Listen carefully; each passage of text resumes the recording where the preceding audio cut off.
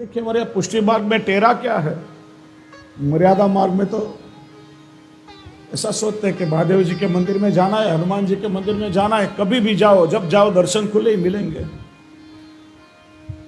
लेकिन आप पुष्टि मार्ग में जब वैष्णव घर से निकलता है ना, तो दर्शन का ताप क्लेश मन में रहता है।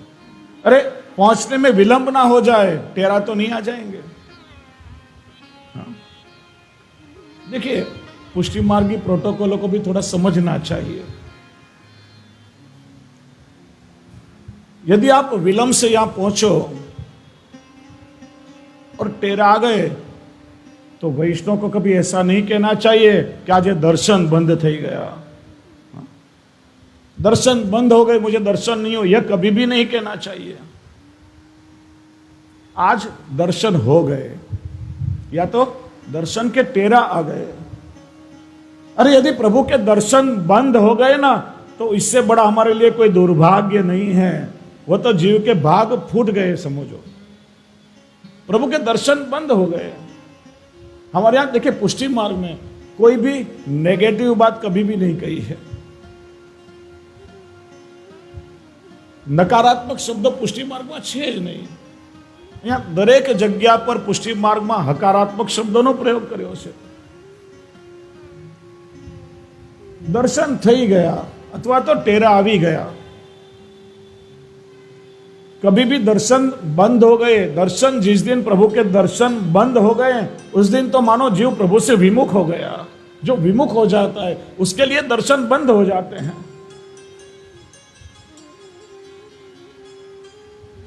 यदि आप देरी से विलंब से मंदिर में पहुंचे और टेरा आ गए, तो विप्रयोग का समय, मुझे फिर कब दर्शन होंगे, कब दर्शन होंगे, यह ताप, यह विप्रयोग मन में बना रहता है। राजभोग के दर्शन के टेरा आ गए तो उत्थापन तक वह विप्रयोग, वह ताप क्लेश बना रहता है। और उत्थापन में जब टेरा खोलते हैं तो सन्मुख प्रभु को देखकर कितना सुंदर संयोग का अनुभव होता है, तृप्ति हो जाती है। तो यह संयोगात्मक और विप्रयोगात्मक क्रम टेरा का होता है पुष्टि में। 24 घंटे यदि कभी भी जाओ ठाकुर जी के दर्शन सहज हो जाए, तो कभी भी दर्शन का ताप मन में नहीं होगा, वो आनंद भी तुम्हें नहीं मिलेगा। लौकिक उदाहरण देके समझाऊं मैं। मानो जेठ मास की धूप में बड़ी दूर से पैदल चल करके आप आ रहे हो, पसीने से तर हो गए हो, प्यास से गला सूख रहा है, घर आए और एक गिलास मथनी का पानी भी यदि ले लिया ना, तो कितनी तृप्ति का अनुभव होता है। हाँ? और यदि आप एकदम फ्रेश हो,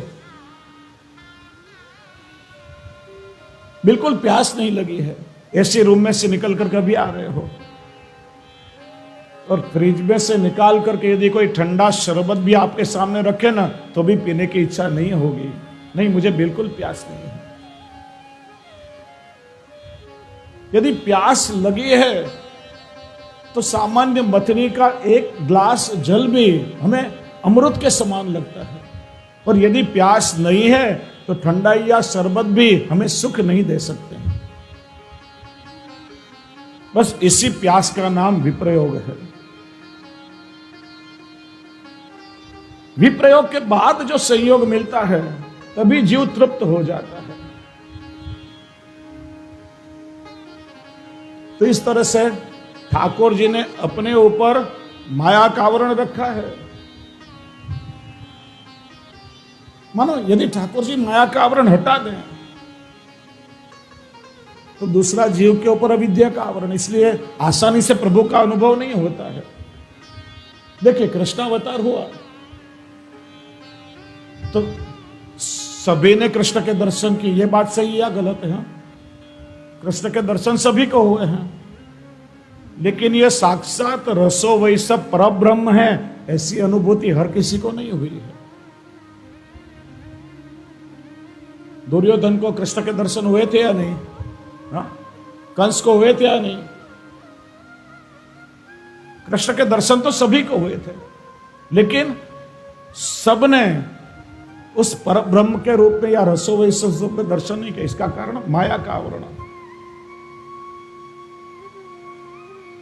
प्रभु कहते हैं कि जिस पर मैं कृपा करता हूं वही जीव इस माया के आवरण को हटा करके और मेरे स्वरूप का दर्शन कर सकता है। मेरे स्वरूप का दर्शन सारे जगत के लिए नहीं है, मेरे स्वरूप के दर्शन केवल मेरे निज जनों के लिए है। दर्शन का सब कुछ कब मिलता है सुख? जब दृश्य भी अनावृत हो जाए और दृष्टि भी अनावृत हो जाए, तब जाके दर्शन का सुख मिलता है। दृश्य के आगे आवरण हो या दृष्टि के आगे आवरण हो तो दर्शन नहीं होता कभी। और इसीलिए देखो, जहां तक माया और अविद्या का आवरण नहीं हटता है, योगियों को भी अपने हृदय में आनंदात्मक भगवान की अनुभूति नहीं होती है। इसलिए श्री महाप्रभु जी आज्ञा करते हैं कि पुष्टि मार्ग का परम फल यही है कि ठाकुर जी के संयोग का अनुभव और विप्रयोग का अनुभव। जब ठाकुर जी हमारे हृदय में विराजते हैं तो आध्यात्मिक दृष्टि से संयोग है और आधिदैविक दृष्टि से विप्रयोग है। भगवान हृदय में विराजे वह योगियों के लिए फल अवस्था है। योगी प्रभु को अपने हृदय में पधराने के लिए ही तो तप करते हैं।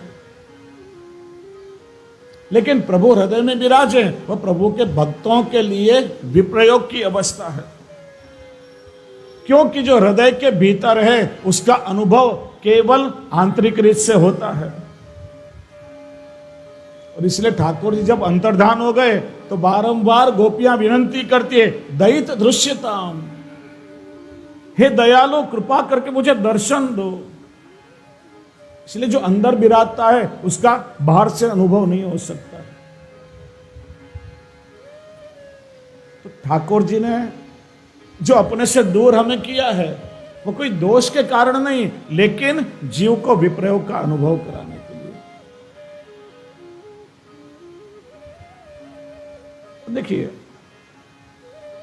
भक्ति मार्ग का परम फल वेणुगीत के प्रथम श्लोक में बताया है, अक्षणवताम फलमिदं न परम विदाम। एक गोपी दूसरी गोपी से कहती है, अरे सखी, इन नेत्रों से कृष्ण के दर्शन हो जाए वह तो नेत्रों का परम फल है। देखिए, श्रावणस्य मले पक्ष एकादश्याम, एकादशी तिथि है। यहां अक्षणवताम का अर्थ दो प्रकार से श्री महाप्रभु जी ने किया है। अक्षणवताम यानी नेत्रों के द्वारा फल की प्राप्ति, और अक्षणवताम यानी एकादश इंद्रियों के द्वारा प्रभु की रसानुभूति।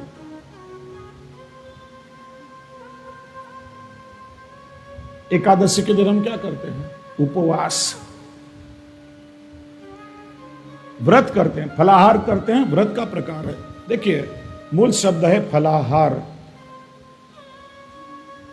फराळ शब्द खोटो घुसी गयो છે, अपभ्रंश થયેલો शब्द છે। केवल प्राचीन समय में तुलसी पत्र पर आवे इतना फलों का आहार ही ग्रहण होता था। वह हमारी आध्यात्मिक शुद्धिकरण के लिए है। और साइंटिफिकली यदि देखा जाए तो 14 दिन तक घी, तेल, कोलेस्ट्रॉल वाला हर कोई चीज आहार हम लोग खाते हैं।